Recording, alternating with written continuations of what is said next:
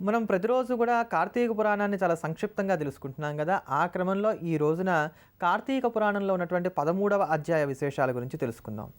ఈ కార్తీక మాసంలో ఏ కొద్దిపాటి పుణ్యం చేసినా అనంతమైనటువంటి ఫలితాన్ని ఇస్తుంది. అందున విశేషించి ఈ కార్తీక మాసంలో ఎవరైనా సరే ఒక పిల్లవాడికి గనక ఉపనయనం చేస్తాం అని సంకల్పం చెప్పుకొని మాఘమాసం తర్వాత వచ్చేటువంటి కాలంలో ఆ పిల్లవాడికి ఉపనయనం చేయడానికి కావాల్సినటువంటి ధనాన్ని గనక మనం సమకూర్చిపెట్టినట్లయితే విశేషమైనటువంటి పుణ్యం కలుగుతుందని, అనిర్వచనీయంగా ఎన్నో యజ్ఞయాగాదులు చేసినంత పుణ్యం కలుగుతుందని చెప్పని కార్తీక పురాణం తెలియజేస్తోంది.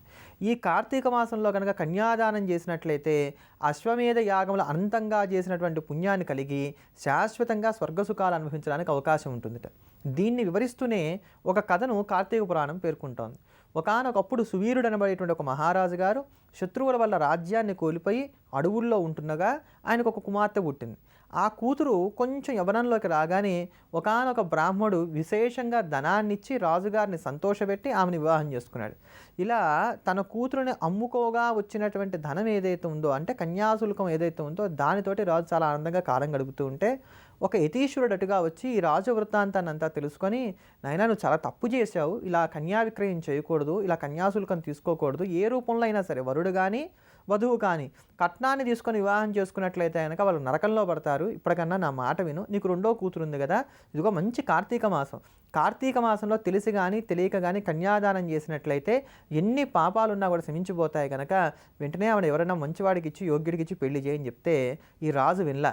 ఏమయ్యా ముక్కు మూసుకొని తపస్సు చేసుకోక నీకెందుకు వచ్చింది గోలంతా, ఏదో పిల్ల నమ్ముకున్నానో, కన్యాదానం చేశానో, లేకపోతే కన్యా విక్రయం చేశానో, నా బాధలోనే పడి నా భార్యా పిల్లలు నేను పోషించుకుంటుంటే నీ గోల ఏమిటి పొమ్మన్నాడు. సరే ఆ యతీశ్వరుడు వెళ్ళిపోయాడు, వీడు గతించిపోయాడు. అనుకోకుండా ఆనాటి రాత్రి రాజు చనిపోవటం, నరకంలో పడడం జరిగింది. ఇలా నరకంలో ఇతను పడితే పడ్డాడు కానీ ఇతను పూర్వీకుడు మహానుభావుడైనటువంటి శృతకీర్తి అనబడేటువంటి ఒక మహారాజు గారు కూడా నరకంలోకి రావాల్సి వచ్చింది స్వర్గం నుంచి. ఆయన నేరుగా యముడి దగ్గరికి వెళ్ళి, నేను ఏ పాపం చేయలేదు కదా, నేను ఎందుకు నరకంలో పడ్డాను అని అడిగాడు. నీ వంశస్థుడైనటువంటి ఒకానొకడు చేసినటువంటి తప్పు ఫలితంగా నువ్వు ఇలా వచ్చావు, నా అనుగ్రహం కారణం చేత నువ్వు భూమండలానికి వెళ్ళు, నీ శరీరం అందరికీ కనబడుతూ ఉంటుంది.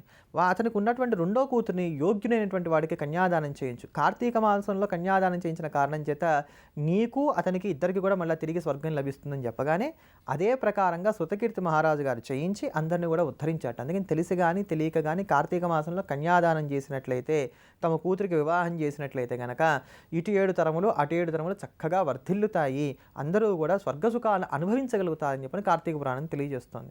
అంతటి భవ్యమైనటువంటి ఈ కార్తీక మాసంలో సమస్తమైనటువంటి దోషరాశిని కూడా తీసివేసి సమస్తమైనటువంటి సుఖాలను కూడా అనుగ్రహించేటువంటి సుందరకాండను శ్రవణం చేద్దాం, ధన్యులమవుదాం. వానరోత్తమా ఒకసారి నిలుమా, నా శిఖరాల శ్రమ తీర్చుకొనుమా, కందమూలములు ఫలములు తినుమా, నా పూజలు గొని మన్ననలందుమా, శతయోజనముల పరిమితము గల జలనిధి నవలీల దాటిపోగల, నీదు మైత్రికడు ప్రాప్యము నాకు, నీదు తండ్రి కడు పూజ్యుడు నాకు.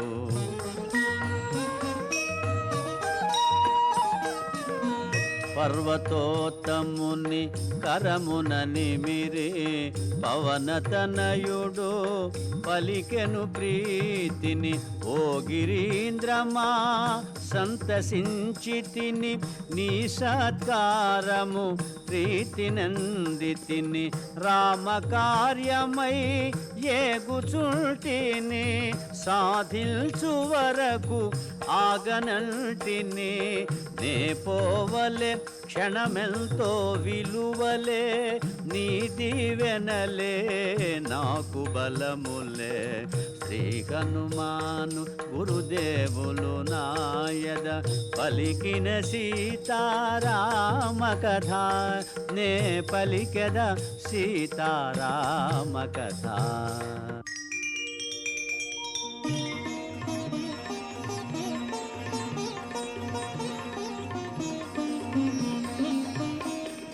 అనాయాసముగా అంబరవీతిని పయనము చేసెడు పవన కుమారుని ఇంద్రాదులు మహర్షులు సిద్ధులు పులకాంకితులై ప్రస్తుతించిరి.